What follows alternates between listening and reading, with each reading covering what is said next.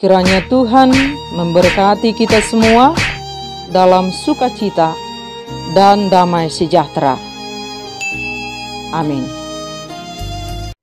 Bapak, Ibu, dan Saudara yang dikasihi oleh Tuhan Yesus Kristus, firman Tuhan yang menjadi renungan bagi kita, Matius pasal 7 ayat 1 sampai dengan ayat yang ke-11. Demikian firman Tuhan. Jangan kamu menghakimi supaya kamu tidak dihakimi, karena dengan penghakiman yang kamu pakai untuk menghakimi, kamu akan dihakimi, dan ukuran yang kamu pakai untuk mengukur akan diukurkan kepadamu. Mengapakah engkau melihat selumbar di mata saudaramu, sedangkan balok di dalam matamu tidak engkau ketahui? Bagaimanakah engkau dapat berkata kepada saudaramu, biarlah aku mengeluarkan selumbar itu dari matamu, padahal ada balok di dalam matamu?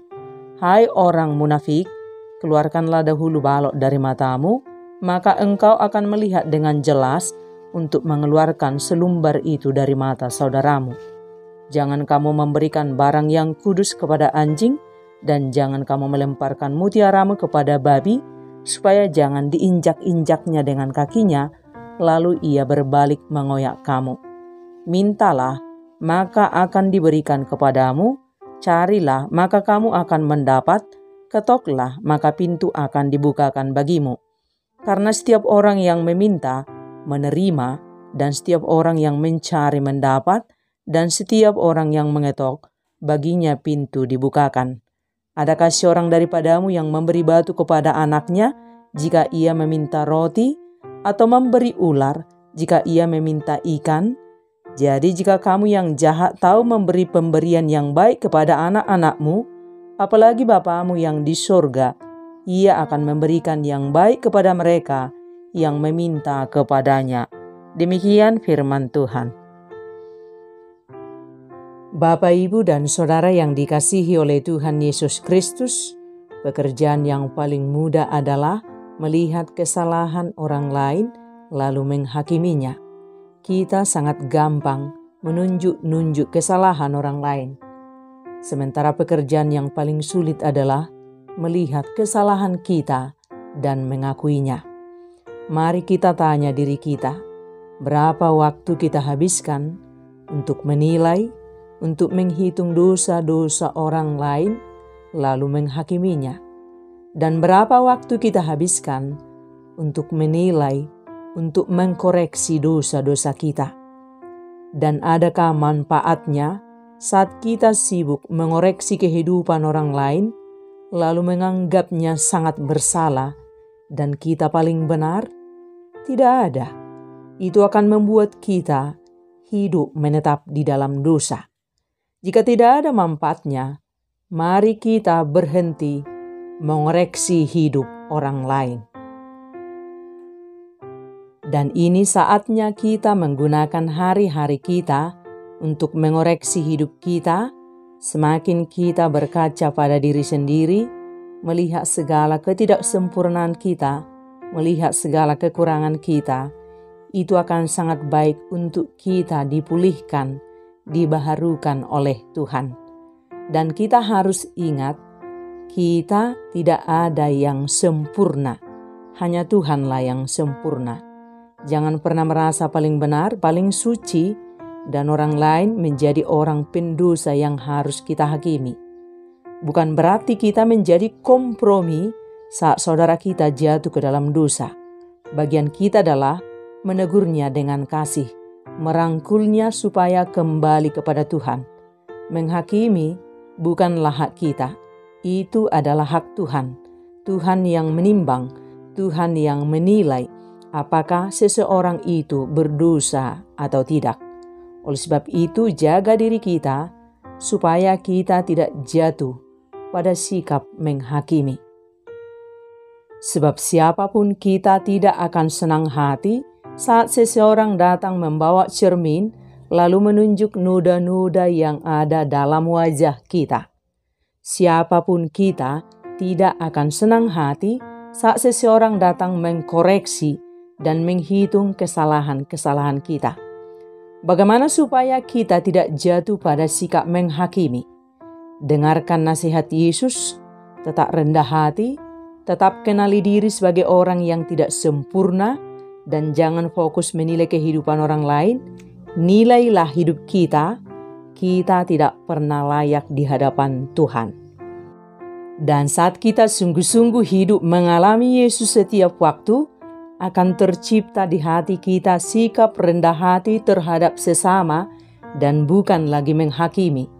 Orang yang menghakimi karena dia merasa bahwa ia lebih benar, lebih tahu, dan lebih baik. Penghakiman selalu dilakukan tanpa terlebih dahulu koreksi diri. Tuhan Yesus mengingatkan bahwa betapa munafiknya cara pandang seperti itu. Sama seperti seorang dengan balok di matanya hendak mengeluarkan selumbar di mata saudaranya. Dan kini kita sedang berada di zaman di mana manusia sangat mudah menghakimi. Hal ini terjadi oleh sebab kita memposisikan diri lebih tinggi dan orang lain lebih rendah. Dan di gereja, sangat mudah tangan menunjuk dan menghakimi orang lain, dan inilah sumber perpecahan dalam persekutuan gereja, saat kita menganggap diri kita lebih hebat dan orang lain bodoh. Kita harus ingat bahwa hanya Tuhanlah satu-satunya hakim. Kita tidak berhak menghakimi siapapun, dan saat kita menghakimi, kita sudah mendahului Tuhan hakim yang sesungguhnya. Apapun alasannya, kita harus berhati-hati jika kita adalah pribadi yang mudah menghakimi. Kita harus belajar menguasai diri kita untuk tidak menghakimi, sebab hanya Tuhan saja yang berhak untuk menghakimi. Pada waktunya, Tuhan sendiri yang akan menerangi, membuka semua rahasia-rahasia yang tersembunyi dalam kegelapan. Tuhan akan membongkar semua niat jahat. Oleh sebab itu, jangan menghakimi siapapun. Jikapun ada di antara kita yang jatuh ke dalam dosa, bukan hak kita untuk menghakimi. Itu bukan urusan kita, itu urusan Tuhan. Bagian kita saja kita lakukan. Hidup kita di dunia adalah untuk beribadah kepada Tuhan, bukan untuk menilai dan mengkoreksi hidup orang lain. Mari kita terus belajar percaya dan menjadi pribadi yang dipercayai oleh Tuhan. Taat, berserah, dan tunduk sepenuhnya kepada Tuhan, Sang Hakim yang agung. Agar ketika Dia datang sebagai hakim, kita menang dari penghakiman Tuhan dan kita beroleh selamat. Lakukan saja yang menjadi bagian kita. Mari kita alami kasih Tuhan setiap waktu, dan kita tidak punya waktu untuk mengkoreksi hidup orang lain dan tidak menghakimi orang lain. Tahukah kita, sebenarnya, sesungguhnya, saat tangan kita menunjuk menghakimi orang lain, 4 jari kita sekaligus terarah kepada diri kita sendiri, yakni yang pertama, kita jatuh pada dosa menghakimi. Kedua, kita merasa paling benar. Ketiga, kita menjadi sulit berubah. Keempat, kita sesungguhnya sedang jauh dari Tuhan. Penghakiman yang kita lakukan kepada orang lain, itulah ukuran kepada kita. Karena dengan penghakiman yang kamu pakai untuk menghakimi, kamu akan dihakimi, dan ukuran yang kamu pakai untuk mengukur akan diukurkan kepadamu. Jangan mengutuk, jangan menghakimi. Bukan kepada manusia diberikan hak menilai kesalahan sesamanya. Bagian kita adalah urus hidup kita, supaya kita tidak dihakimi oleh Tuhan Sang Hakim Agung pada saat kedatangannya nanti. Jangan fokus pada kesalahan orang lain, tetapi fokuslah pada kesalahan-kesalahan kita, dan mari kita perbaiki, mari kita bertobat. Jangan gunakan kehebatan kita untuk menjatuhkan orang lain. Jangan gunakan kebaikan kita untuk menjelekkan orang lain. Jangan gunakan kesalehan kita untuk membuat orang lain menjadi seorang pendosa. Tidak ada satupun yang punya hak untuk menghakimi. Hanya Tuhan satu-satunya hakim. Hanya Dialah yang pantas menghakimi. Sebab tidak ada manusia yang sempurna di dunia ini. Manusia adalah tempat salah dan dosa. tak pantas kita menghakimi. Sebelum menghakimi orang lain, periksa dulu hidup kita. Sudah pantaskah kita menjadi hakim buat orang lain? Lebih baik kita berkaca dengan diri kita sendiri, apakah kita cukup bersih untuk menghakimi orang lain. Jangan selalu melihat kesalahan orang lain dan kita menjadi lupa melihat kesalahan-kesalahan kita. Kita melihat selumber di mata orang lain, balok di mata kita tidak kita lihat. Orang-orang gereja harus berhikmat di dalam Tuhan supaya tidak menghakimi. Kita sering menganggap kita sudah suci hanya karena kita sering bergereja dan orang lain kita anggap menjadi seorang pendosa. Gereja bukan hakim. Gereja seharusnya mengayomi, merangkul dalam kasih yang suci supaya yang hilang bertobat kembali ke jalan Tuhan. Tuhan satu-satunya hakim. Tuhan hakim yang adil. Tuhanlah yang berhak menghakimi, bukan pengadilan atau manusia. Maka hanya Tuhanlah yang berhak menghakimi. Oleh karena itu, jangan menghakimi sebelum waktu Tuhan.